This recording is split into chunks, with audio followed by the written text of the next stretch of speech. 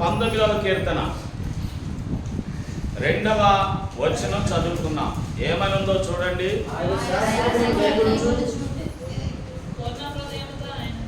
పూర్ణ హృదయముతో ఆయనను వెదకువారు ధన్యులు. వెదకువారు ధన్యులు. పూర్ణ హృదయముతో ఆయనను వెదికేవారు ధన్యులు.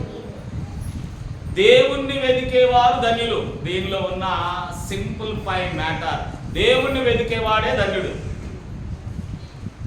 ఎవరిని వెదకాలట? దేవుణ్ణి వెదకాలట. ధన్యతగా మనం మారాలంటే, ధన్యులంగా మనం తీర్చిదిద్దబడాలి అంటే దేవుణ్ణి వెదకాలి.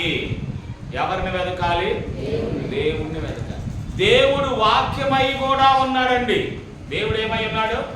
వాక్యమై ఉన్నాడు. అంటే మనం ఏం వెతకాలి? వాక్యాన్ని వెదకాలి. అంటే దేవుణ్ణి వెదకాలి. చాలా మంది వెతకడం ప్రారంభించారు. చాలా మంది వెతుకుతూ ఉంటారు.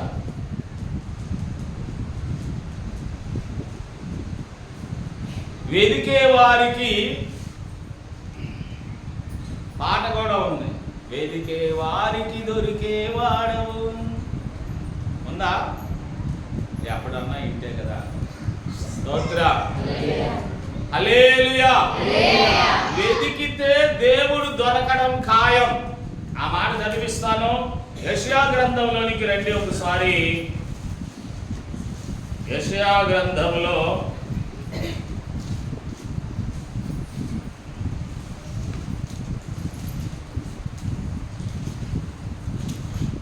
55వ అధ్యాయము 6వ వచనం. యెహోవా మీకు దొరుకు కాలములో ఆయనను వెదకండి. ఆయన మీకు ఎప్పుడైతే సమీపంగా ఉంటాడో అప్పుడే వేడుకోండి. చప్పట్లు కొట్టి హల్లెలూయా. దొరికే కాలం ఉంది. దేవుడు దొరికే కాలం కూడా ఒకటి ఉంది. ఎప్పుడు పెట్టి అప్పుడు దొరకడా అంటే దొరకడు. దేవుడు దొరికే కాలం. భక్తుడు దావీదు అంటాడు, వేకువనే నేను నిన్ను వెతుకుతాను అన్నాడు. ఎప్పుడట? వేకువనే నేను నిన్ను వెతుకుతానయ్యా అన్నాడు. ఎందుకంటే ఆయన దొరికే టైం ఏమో. భక్తులకు కొన్ని కాలాలు తెలుసు. అన్ని కాలాల్లో ప్రభువారు ఉంటారు, కానీ వెదకవలసిన కాలం ఒకటి ఉంటుంది. వెతికే టైంలో ఖచ్చితంగా ఆయన మనకు దొరుకుతాడు.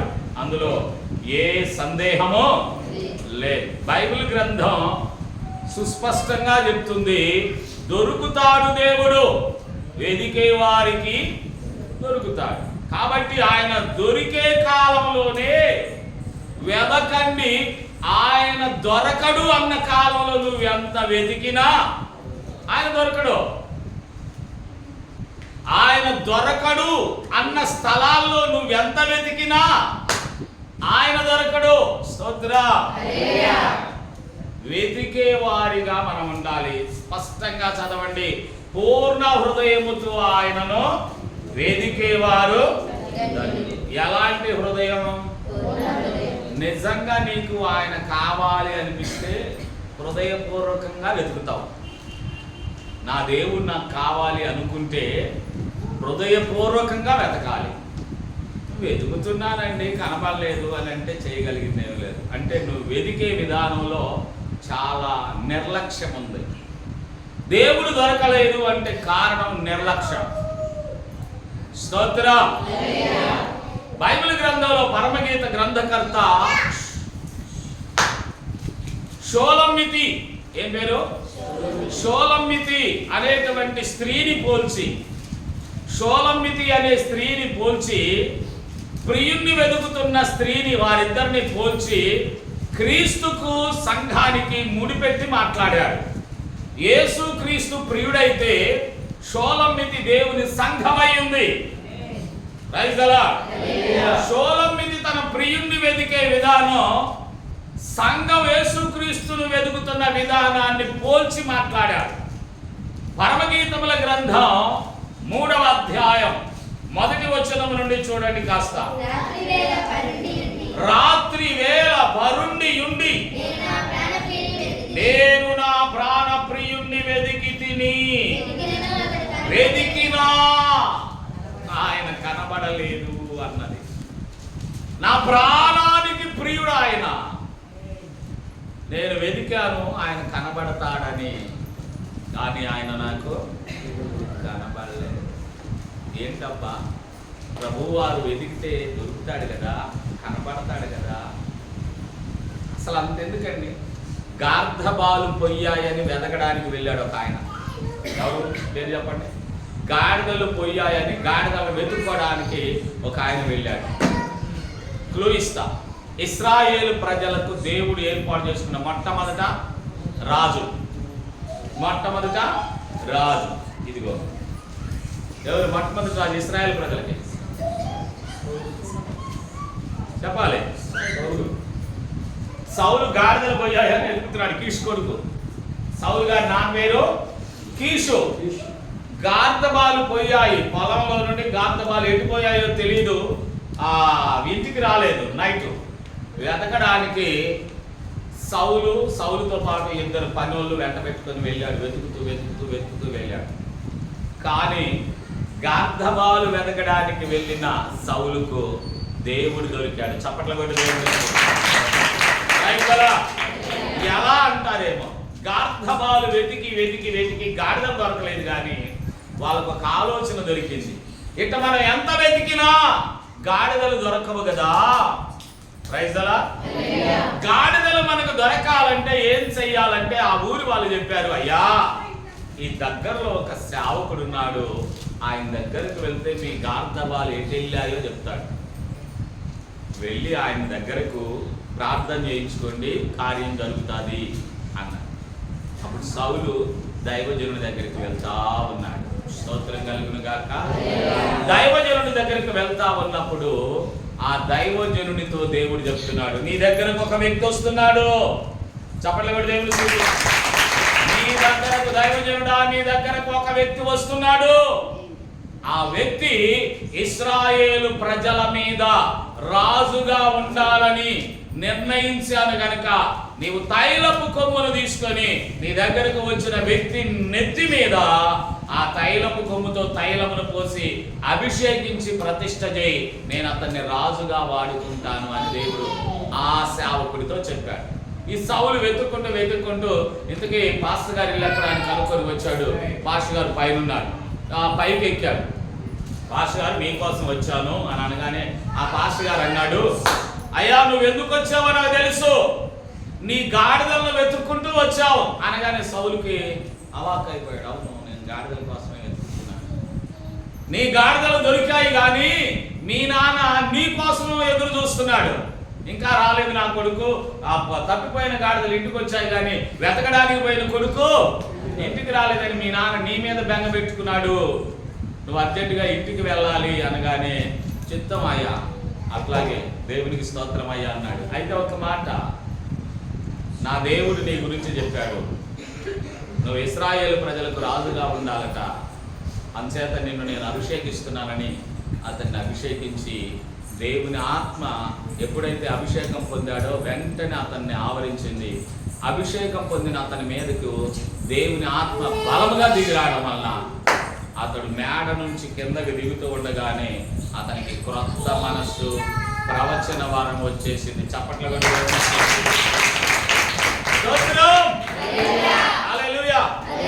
చిన్న పిల్లలు ఎవరు అరగకుండా ఉంటారో వారికి 2 బిస్కెట్లు. హలో, ఇటు అట్లయితే ఆయన మీద 2 బిస్కెట్లు కొనకు రావాలి మనకి. స్తోత్రం.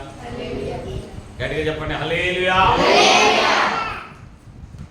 ఎవరు నన్ను విడచినా యేసు విడువడు, ఎవరు నన్ను విడచినా యేసు విడువడు,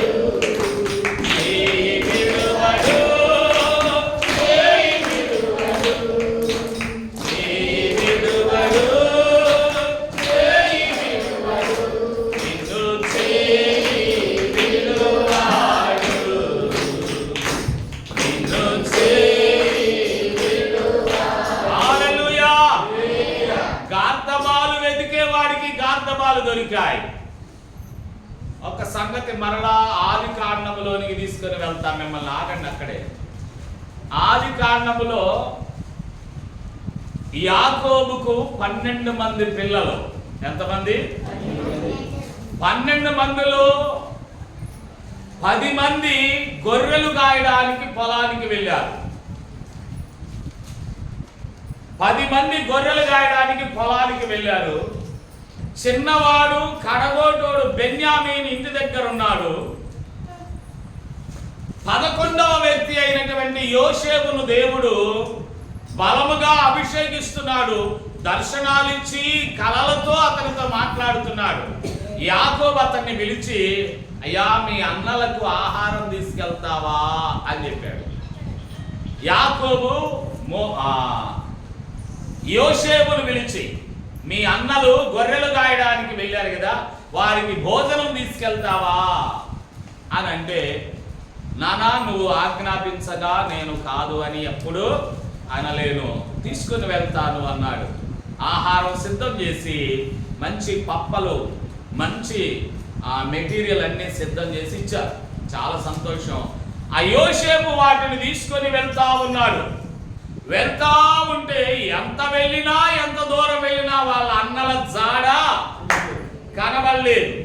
అక్కడ మరికొంతమంది ఎవరో వేరే వారు గొర్రెలు కాస్తూ ఉంటే ఈ అబ్బాయి చేతిలో బకెట్లు చూసి ఈ అబ్బాయి అటు ఇటు తిరుగుతూ ఉంటే ఆ గొర్రెల కాపర్లు, మరో గొర్రెల కాపర్లు ఆయన్ని పిలిచారు. అబ్బాయ్ ఏం వెతుకుతున్నావురా ఇక్కడ అని అడిగారు. ఏమని అడిగారు అతన్ని? ఏం వెతుకుతున్నావు, ఎవరిని వెతుకుతున్నావు అంటే ఆ సహోదరుడు యోసేపు అంటాడు, మా అన్నలను నేను వెతుకుతున్నాను, వారు ఎటు వెళ్ళారో నాకు ఇంకా కనబడలేదు అంటాడు. అప్పుడు ఆ గొర్రెల కాపర్లు అంటారు, మీ అన్నలు ఆ కొండ దిగువకు వెళ్ళిపోయారయ్యా గొర్రెలు మేపుకుంటూ, నువ్వు అక్కడికి వెళ్తే వారు దొరుకుతారు అని చెప్పారు. అప్పుడు యోసేపు సంతోషంగా కొండ ఎక్కి కొండ దిగువకు వెళ్ళి అన్నలను కనుగొన్నాడు. చప్పట్లు కొడుతూ. గాడిదలను వెతకడానికి పోయిన వారికి గాడిదలు దొరికాయి, అన్నలను వెతకడానికి పోయిన వాడికి అన్న దొరికాడు. తప్పిపోయిన గొర్రెను వెతకడానికి వెళ్ళినటువంటి యజమానికి తప్పిపోయిన గొర్రె దొరికింది. పోగొట్టుకున్న నాణ్యము వెతికినటువంటి స్త్రీ ఆ నాణ్యాన్ని పొందుకోగలిగింది. ఆమెకు ఆ నాణ్యం దొరికింది. కానీ ఈమెకు మాత్రం ప్రియుడు దొరకల. ఎవరికి? షోలమ్మితికి. నా ప్రియుడు నాకు వెతికినా కనబడలేదు అని మనకు చెప్తా ఉందండి సర్వలోకానికి. మరలా చదవండి పరమగీతముల గ్రంథం 3వ అధ్యాయం 1వ మాట. రాత్రి వేళ అరుండియుండి నేను నా ప్రాణ ప్రియుని వెతికితిని, వెతికినాను, అతడు కనబడలేదు నాకు అన్నది. చూడండి, గాడిదలు పోయిన వారికి గాడిదలు దొరికాయా? అన్నలు వెతకడానికి పోయిన వారికి అన్నలు దొరికారా? తప్పిపోయిన గొర్రెను వెతకడానికి యజమానికి తప్పిపోయిన గొర్రె దొరికిందా? పోగొట్టుకున్న నాణ్యము వెతికిన స్త్రీ ఆ నాణ్యాన్ని పొందుకోగలిగిందా? ఆ నాణ్యం ఆమెకు దొరికిందా? కానీ ప్రియురాలు ప్రియుడు, ప్రాణప్రియురాలు ప్రాణప్రియులు, వీళ్ళిద్దరూ ఎక్కడ మిస్ అయ్యారో గాని ఎంత వెతికినా ప్రియుడు కనపడలేదట. ప్రియుడు అంటే ప్రభు అయినా, ప్రియురాలు అంటే యేసుక్రీస్తు కొరకు ఎన్నిక చేయబడిన సంఘస్థులు. మనం మన ప్రాణప్రియుణ్ణి వెతుకుతున్నామా? ఆమె వెతికినా కనబడలేదంట. ఆమెకు వెతికినా కనబడలేదు. మరి మీకు వెతికితే కనబడ్డాడు ఆయన? వెతికారు అసలు ఆయన? యేసయ్యా నిన్ను చూడాలని ఆశ, మెస్సయ్యా నిన్ను చేరాలని ఆశ, ఎవరు ఉన్నారు నాకు?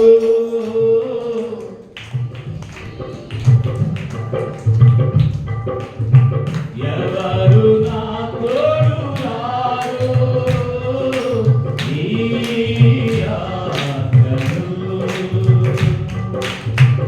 ఎవరు ఉన్నారు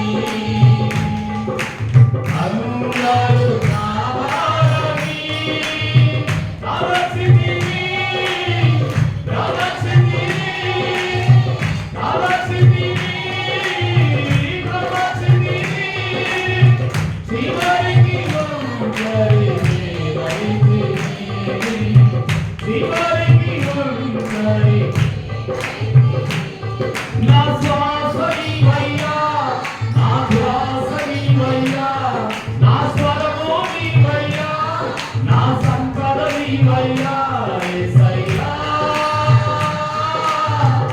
నిన్ను చూడాలని ఆశ, యేసయ్యా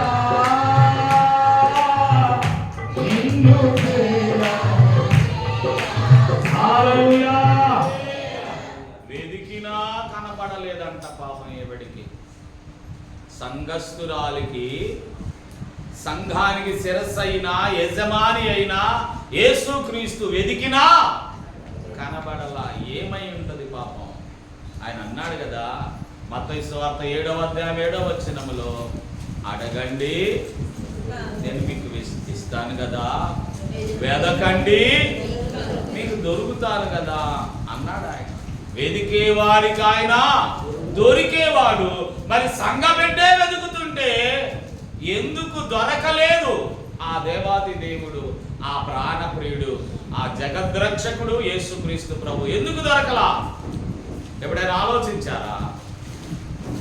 అయ్యో గాడిదలు పోయిన వాడికి గాడిదలు దొరికినాయి వెతికితే, అన్నలు కనబడకపోతే అన్నలు దొరికారు వెతికినప్పుడు, గొర్రె కనబడకుండా పోతే గొర్రెను వెతికితే గొర్రె దొరికింది, నాణ్యం పోతే దాన్ని కూడా వెతికితే నాణ్యం దొరికింది. ఎందుకని ప్రియుడు దొరకడం లేదు అని అంటే, అందులో మొదటి లైన్లో ఒక శ్రేష్టమైన మాట ఆయన దొరక్కపోవడానికి కారణంగా చూడవచ్చు మనం. ఏంటా మాట? చదవండి. 3వ అధ్యాయం 1వ వచనం. రాత్రి వేళ అరుండియుండి వెదికేవారు అదే నా పద్ధతి. వెదికే పద్ధతి అదేనా? కొడుకు ఇంటికి రాలేదయ్యా అని అమ్మ చెప్పింది భార్య. సరేలమ్మా అని మంచం మీద పడుకొని, నేను ఎదుగుతున్నాను అమ్మాయి కల్లో వాడే వస్తాడు అంటే వస్తాడాడు. మంచం మీద పడుకొని పిల్లలు ఎదుగుతా అంటే నీకు దేవుణ్ణి వెతకడం అంత ఈజీయా? రాత్రి వేళ, పైగా ఎప్పుడది? రాత్రి. బైబిల్ అంటుంది, దెస్సలోనిలకు రాసిన మొదటి పత్రిక 5వ అధ్యాయం చూద్దాం. దెస్సలోనిలకు రాసిన మొదటి పత్రిక 5వ అధ్యాయము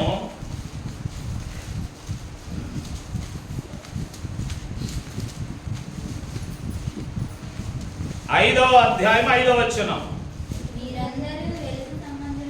మీరందరూ వెలుగు సంబంధులు, పగటి సంబంధులునై ఉన్నారు, మనము రాత్రి వారము కాము. చప్పట్లు దేవుని స్తుతించాలి. ఎందుకు మీ చేత చప్పట్లు కొట్టించారంటే, మన వెలుగు సంబంధులు రాత్రి వాళ్ళము కాదు అన్నందుకు. మీరు రాత్రి వారు కానే కాదు. మరి ఆ తల్లి, ఆ ప్రియురాలు ఎప్పుడు వెతుకుతుంది? రాత్రి వేళ. నేను వెతికినా కనబడలేదు అమ్మా, నేను వెతికాను కానీ ఆయన నాకు కనపడలేదు అంటుంది. ఎప్పుడు? అసలు రాత్రి కాదమ్మా వెతకాల్సింది. యెహోవా మీకు దొరుకు కాలం ఉంది. Praise the Lord. ఆ కాలమున మీరు వెతకాలి.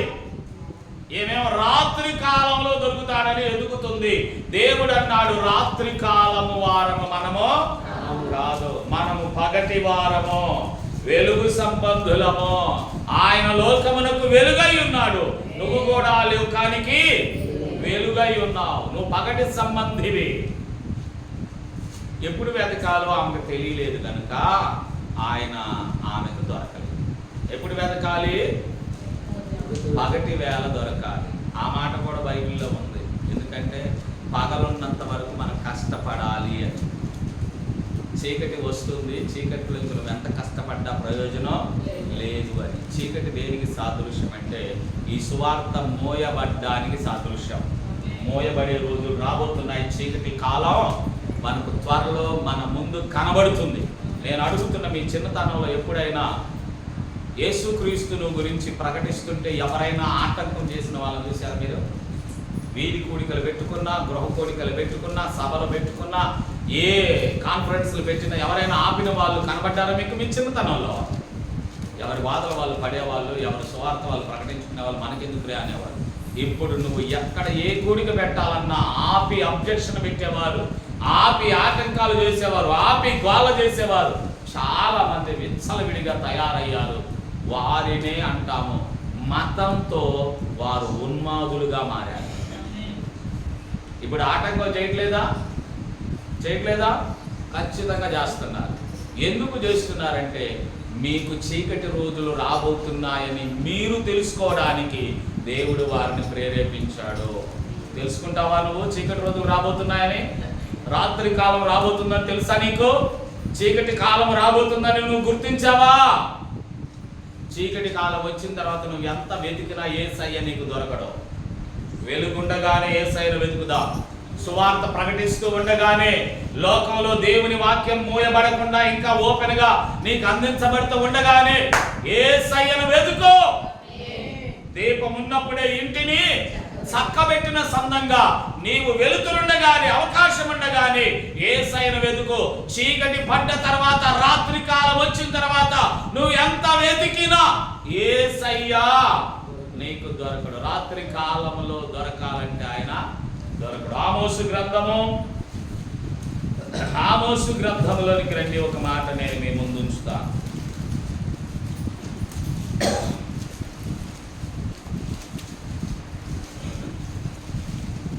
ఆమోసు గ్రంథంలో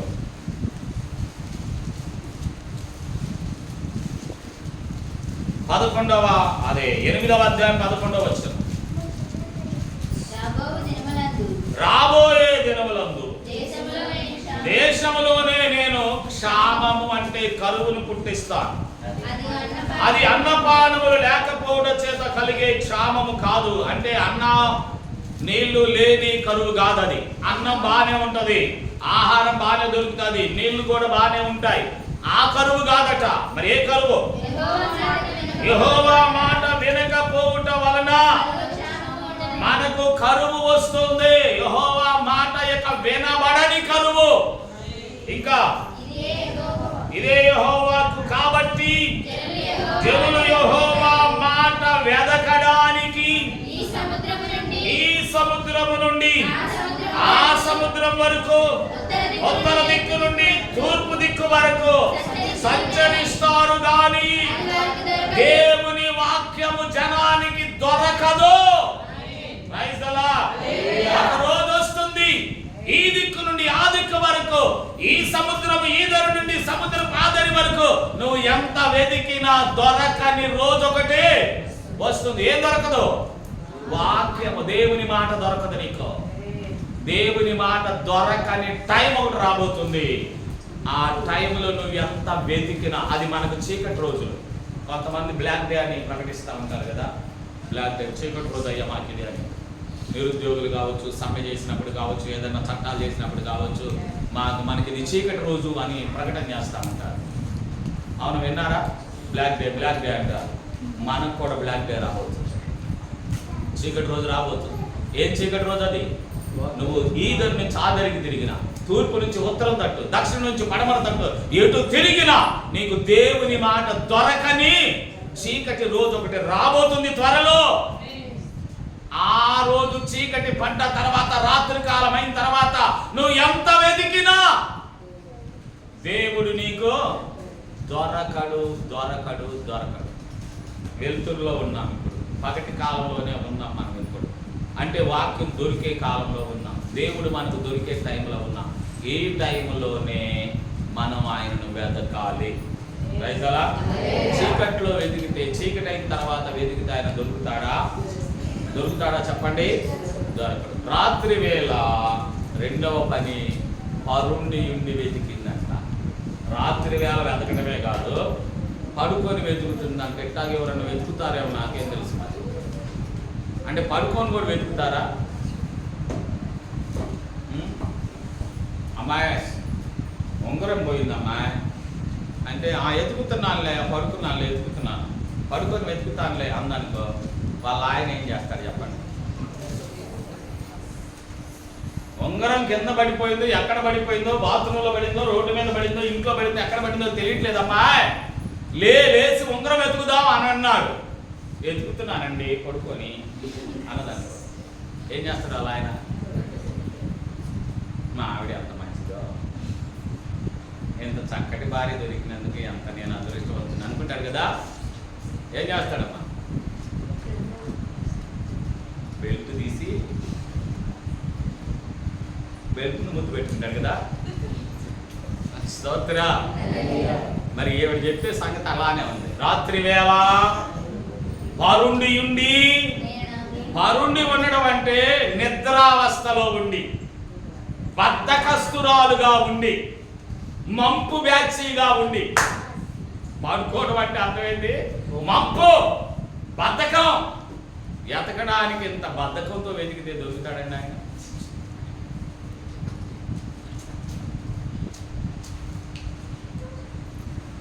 స్తోత్ర. కొన్ని మనం అక్కడే ఉంటాయి. ఏదో పెట్టింది ఒకరోజు పాస్టర్ గారు అక్కడే పెట్టింది. నేను నిద్ర మైకంలో అన్ని వెతుకుతున్నా, నాకు కనపట్ల. ఫోన్ చేసినట్టున్నా, ఎక్కడ ఉన్నాయి అంటే అక్కడే ఉన్నాయి షూలు.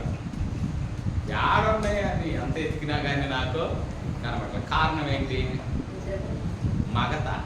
నిద్ర మత్తులో ఉన్నాను, సరిగ్గా కళ్ళు కడుక్కోకుండా వెతుకుతా ఉన్నాను. కనపడుతుందా? మళ్ళీ ఆమె వచ్చి అక్కడే తీసి, అక్కడ నుండే తీసి, నేను అక్కడ చూసా కానీ నాకు కనపడలే. కారణం ఏంటి?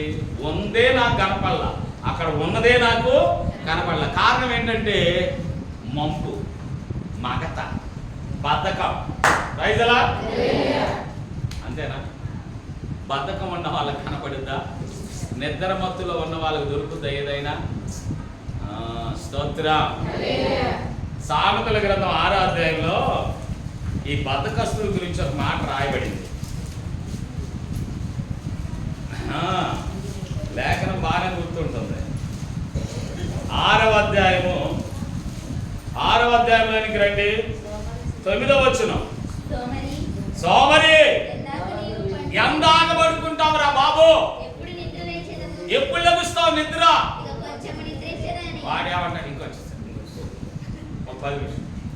ఇంకొంచెం సేపు నిద్రపోతాను, ఇంకొంచెం సేపు. ఒక్క కునుకు ఏమన్నా లేబాకి ఇప్పుడు ఒక కునుకేని ఒళ్ళంతా నొప్పులుగా ఉంది, రాత్రి నిద్ర పట్టలేదు, ఒక్క కునుకేని అంటా ఉంటారు. సరే చదవండి. కొంచెం చేతులు ముడుచుకున్నాను, రాత్రి సరిపుంటే అసలు నిద్రే రాలేదు, కొద్దిసేపు ఇప్పుడే కొంచెం ప్రశాంతంగా నిద్రపోదాం అనుకున్నాను, చేతులు ముడుచుకుంటాను అని నువ్వు అంటా ఉంటావు. అందుకొరకు దోపిడీగాడు వచ్చినట్లుగా నీ కొంప మీదకి దరిద్రం వస్తుంది అన్నాడు. ఈ మత్తుగా ఉండేవారికి, బద్ధకంగా ఉండేవారికి కాసేపు పడుకొని వచ్చిగా ఓరక లేపుతావు. నీకు నిద్ర పట్టలేదండి అన్నానికి నిద్ర పట్టద్దు. కొంచెంసేపు కాళ్ళు ముడుచుకుంటాను, కొంచెంసేపు ఇటు ఒత్తికి వెళ్తాను, కొంచెంసేపు అటు ఒత్తికి వెళ్తాను అంటే ఎవరిని పిలుస్తున్నట్టు నువ్వు? దరిద్రుడా రారా మా ఇంటికి, సిద్ధంగా ఉన్నాం దరిద్రాన్ని ఎత్తున పెట్టుకోవడానికి అని అర్థం. రైతులా దరిద్రుడు దోపిడీదారుడు వచ్చినట్టు వస్తాడంట. హలో బాగున్నారా అనుకుంటా. ఎవరు? దరిద్రుడు. దరిద్రం మన కోప నిండా తాండవిస్తా ఉంటుంది. దరిద్రంతో మనం నింపబడుతున్నామంటే కారణం ఏంటంటే మత్తు, మగత, నిద్రమైకం. ఈ నిద్రమైకంలో నుంచి బయటకు రావాలి. రాత్రి వేళ పరుండి వెతుకుద్దంట. తెలివి కలిగిన సిస్టర్ గారు నేర్పుతుంది ప్రపంచానికి. పడుకొని నిద్రమైకంలో యేసు ప్రభుని వెతకని దొరుకుతాడంటుంది. మరి నీకు దొరికాడమ్మా అంటే నాకు దొరకలేదండి అంటుంది. నీకు దొరకనోడు మిగతా వాళ్ళకు దొరుకుతాడా? రాత్రి వేళ పరుండి నా ప్రాణప్రియుని వెతికినా ఆయన నాకు దొరకలేదు. మరి ఏం చేద్దాం చెప్పు అని అంటే ఆమె రెండో ప్రయత్నం చేసేది. ఏం ప్రయత్నమో? 2వ వచనం చదవండి. నేనిప్పుడే నిద్రలో నుండి లెగుస్తాను, మగతలో నుండి లెగుస్తాను, మంపును విడిచిపెట్టి పైకి లెగుస్తాను, పట్టణం వెంబడి వెళ్తాను, వెతుకుతాను, సంత వీధుల్లో వెతుకుతాను, రాజవీధుల్లో తిరుగుతాను, నా ప్రాణ ప్రియుని వెతుకుతును అనుకుంటుని. అలా వెతికినా కూడా ఆయన నాకు దొరకలేదు, కనబడలేదు. లేచి పట్టణాల వెంట పోద్దంట. అమ్మా, దేవుడు ఏమనుకోకండి, సింపుల్గా మాట్లాడుతున్నాను. సేవ చెయ్యాలి అనుకున్న వారిని దేవుడు నన్ను మన్నించుగాక. నేను వచ్చి 25 సంవత్సరాల ఏరియాలోకి సేవ కొరకు వచ్చి 5 ఏళ్ళు అయింది ఇంచుమించుగా. అప్పుడు దేవుడు చూపించిన విధానంతోనే నేను ఇక్కడికి వచ్చాను సేవ చేయడానికి. నేను వచ్చిన వెంటనే సేవ టౌన్ పాస్టర్స్ ఫెలోషిప్ వాళ్ళతో చెప్పాను. నేను ఇట్లా సేవ కొరకు దేవుడు పంపించాడు టౌన్కి అని. అక్కడ ఉన్న సేవకులు ఏమన్నారంటే, ఎక్కడెక్కడ వాళ్ళకే టౌన్ చూపిస్తున్నాడా, పల్లెటూరులు చూపించట్లేదా అన్న. నన్ను ఎగతాళి చేశారు. కానీ చూపించిన చోట నేను చెయ్యాలి. స్తోత్రం. కానీ ఇప్పుడు సేవకులు గొంతుకొకటి, వీధికొకటి, బజార్కొకటి ఉన్నా కూడా టౌనే టౌనే టౌనే టౌనే పట్టణాల సేవలే ఇష్టపడతా ఉన్నారు. కోత విస్తారంగా ఉంది, కోసే వాళ్ళు చాలా పొదవుగా కనపడుతున్నారు. ఎంత పరిచర్య ఉందో బయటకు వెళ్తే. ఎక్కడెక్కడ మైకులు పెట్టుకొని జనానికి డిస్టర్బ్ చేయడం తప్పితే ఇంకోటి పోనీ నేను అంటున్నా, మైకులు మాట్లాడచ్చు, తప్పేముంది. నాకు ఇది ఒక ఏమొచ్చింది దాంట్లో మాట్లాడితే ఏమన్నా ఒరిగిందా? నాకు కావాల్సింది మీకు వాక్యం అందించడం. నేను పోజులు కొట్టుకొని మైకుల్లో మాట్లాడేంత స్థాయిని కోరుకోను. రైతులా అంటే కావాలి కొంతమందికి వినబడ్డానికి, అందుకొరకు వాడదాం దీన్ని. అలాగని నేను దీన్ని హేట్ చేయట్లా. కానీ ఇప్పుడు జనమంతా అలాగనే కోరుకున్నారు. అలా మనం కాని దాన్ని కోరుకోవడం వలన అసలు దాన్ని దేవుని దగ్గరికి తేలేకపోతున్నాం. అన్నీ కూర్చుకుంటున్నాం కానీ దేవుణ్ణి కూర్చుకోలేకపోతున్నాం. సరే, నాకు చాలా వేదన ఉంది దీని విషయంలో. దేవునికి స్తోత్రం కలుగును గాక. మరోసారి చెప్పండి హల్లెలూయా. పట్టణాల వెంట పోయి దేవుని వెతికితే దొరకడు. రాజమార్గాల్లోకి వెళ్ళి రాజకీయ నాయకుల చుట్టూ తిరిగితే దేవుణ్ణి దొరకాలంటే దొరకడు. వాళ్ళ కాడకు పోతే డబ్బులు దొరుకుతాయి, వాళ్ళ కాడకు పోతే మందిరానికి ఏదో ఒక సహాయం దొరుకుతుంది, కానీ దేవుడు మాత్రం దొరకడు. సంత వీధుల్లోకి పోతే అన్ని కావలసినటువంటి నాసి రకం సరుకులన్నీ తక్కువ రేటుకు దొరుకుతాయి, కానీ యేసు ప్రభు అక్కడ దొరకడు. ఆమె అంటుంది, అటు ఇటు తిరిగిన అయినా దొరకలేదు ఏంది దేవుడు అంటుంది. దొరకడండి. నువ్వు వాటన్నిటిని విడిచి, అన్నిటిని విడిచి, ఏం విడిచి? అన్నిటిని విడిచి. 4వ వచనం చదవండి. నేను వారిని విడిచి కొంచెం దూరం, అంటే ఈ లోక సంబంధమైన వ్యవహారాలన్నీ విడిచి కొంచెము దూరం, లోకానికి కొంచెం దూరం అయిపో. కొంచెము దూరం వెళ్ళగా నా ప్రాణ ప్రియుడే నాకు ఎదురు పడ్డాడు. చప్పట్ల కొట్టి దేవుడు దొరకాలంటే అన్ని విడవాలి. లోకాన్ని విడవాలి, శరీరాశలను విడవాలి, నేత్రాశలను విడవాలి, జీవ విడంబాన్ని, బడాయితనాన్ని, ఇంకా అనుకుంటారు పొగడ్తలను మర్చిపోయి విడిచిపెట్టి లోక సంబంధమైన వ్యవహారాలన్నింటిని విడిచిపెట్టి అడుగులు ముందుకు వేస్తే ఖచ్చితంగా నీ యేసయ్య, నీ ప్రియుడు, నీ దేవుడు నీకు దొరుకుతాడు, నీకెదురు పడతాడు. ఇవే కావాలి, ఇవన్నీ ఉండాలి. ఆయన నాకు కనబడాలంటే పొర్రపాటున నీకు ఆయన దొరకడు. యెహోవా మీకు దొరుకు కాలమున ఆయనను వెదకండి, వెదకండి నేను మీకు దొరుకుతానన్నాడు. వెదికే టైంలో వెతికితే దొరుకుతాడండి. రేపు రాబోయే రోజుల్లో చీకటి రోజులు రాబోతున్నాయి. అప్పుడు నువ్వు ఎంత వెతికినా వాక్యము ఎక్కడా నీకు దొరకదు. ఈ దిక్కు నుంచి ఆ దిక్కుకు వెళ్ళినా, ఆ దిక్కు నుంచి ఈ దిక్కుకు వచ్చినా, ఎక్కడకు వెళ్ళినా వాక్యం వాక్యం అని తప్పించి నువ్వు తిరిగినా ఎక్కడ నీకు వాక్యం బోధించే బోధకులు దొరకరు, కరువైపోతారు. దొరికే ఈ టైంలో యేసయ్యను వెదకండి. వెదికే వారికి ఆయన దొరుకుతాడండి. దేవునికి మహిమ కలుగును గాక. పూర్ణ హృదయముతో యెహోవాను వెదకు వారే ధన్యులు. నువ్వు చెప్పు ఇప్పుడు, ధన్యుడిగా ఉండాలంటే ఎలా వెతకాలి ఆయన్ని? ఇదిగో రాత్రి వేళ విడిచిపెట్టు, పడకను విడిచిపెట్టు, పట్టణాలని విడిచిపెట్టు, రాజమార్గాల్ని విడిచిపెట్టు, సంత వీధుల్ని విడిచిపెట్టు, పట్టణపు కావలి వారిని కూడా విడిచిపెట్టు. వాళ్ళందరినీ విడిచి, లోకాన్ని విడిచి, లోకపు ఆశలు, కోరికలు, వ్యసనాలు అన్ని విడిచి కొంచెం ముందుకురా. వాళ్ళలో నుంచి కొంచెం ప్రత్యేకంగా ఒక అడుగు ముందుకు వేయి. ఖచ్చితంగా నీ ప్రియుడు నీకు దొరుకుతాడు. చప్పట్ల కూడా దేవుడు. అప్పుడు నువ్వు ధన్యురాలవుతావు. అప్పుడే నువ్వు ధన్యుడవుతావు. పూర్ణ హృదయంతో యెహోవాను వెతుకువారే ధన్యులు. నువ్వు నిజంగా ఆయన నీకు కావాలనుకుంటే పూర్ణ హృదయంతో వెతుకు. ఇవన్నీ విడిచిపెట్టి వెతుకు. అప్పుడు ఆయన నీకు దొరుకుతాడు. దేవుడు నీకు అద్భుతమైన కృపను కలుగ చేయను గాక. అలవంచండి, చిన్న ప్రార్థన చేద్దాం. పరిశుద్ధుడైన మా తండ్రి, దయగలిగిన మా దేవ, కృపా సత్య సంపూర్ణుడానికి స్తోత్రాలు, వందనాలు చెల్లిస్తున్నా.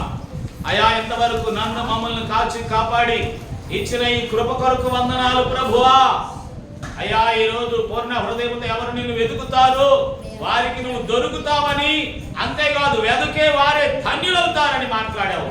అయ్యా, ధన్యకరమైన పిల్లలుగా ఇక్కడికి వచ్చిన వారందరూ నీ పిల్లలుగా ధన్యులుగా మార్చబడుదురుగాక. పూర్ణ హృదయంతో వెతికే పిల్లలుగా కనబడుదురుగాక. ప్రభా, సహాయం చేయండి నాయన. అంతేకాదయ్యా, ఈరోజు పలహారం కొరకు బిడ్డలు ప్రేరేపించబడ్డారు. పంపించబడ్డ పలహారాలు, పంపిన కానుకలు ప్రభువా యేసుక్రీస్తు నామమున మేము దీవిస్తా ఉన్నాం. బిడ్డలకు సమృద్ధిని కలిగించండి. పలహారం తెచ్చిన హస్తాలు దీవెనకరంగా మార్చండి నాయన. అయా, మరి సన్నిధిలో ప్రాముఖ్యంగా బలిపీఠంలో దాచబడ్డ ఈ ప్రార్థన అంశాల కొరకు మరోసారి అయ్యా విజ్ఞాపన చేస్తున్నా. దయగలిగిన దేవా, ఈ అంశాలను మీరు ఆశీర్వదించండి స్వామి. ఈ అంశాల మీద మీరు కనుచూపునుంచండి, కనుదృష్టి నుంచండి. మీ హస్తమును పెట్టి ప్రార్థన చేస్తున్నాము నాయన. మీ హస్తమే ఈ అంశాల మీద ఉంచబడును గాక. ఈ ప్రార్థన అంశాలను మీరు పరిశీలన చేసి ప్రతి ఒక్కరి ప్రార్థనకు జవాబును మీరే అనుగ్రహించుదురు గాక. తప్పక సహాయం చేయమని మీరిస్తున్న ఈ గొప్ప విడుదల కొరకు వందనాలు చెల్లిస్తూ యేసుక్రీస్తు నామములో ఈ మానవులు అడిగి పొందుకొని ఉన్నాము తండ్రి. ఆమేన్. మన తండ్రి అయిన దేవుని ప్రేమ, కుమారుడైన యేసయ్య కృప, పరిశుద్ధాత్మని దీవెన సదాకాలం మనందరికీ తోడైందును గాక. ఆమేన్.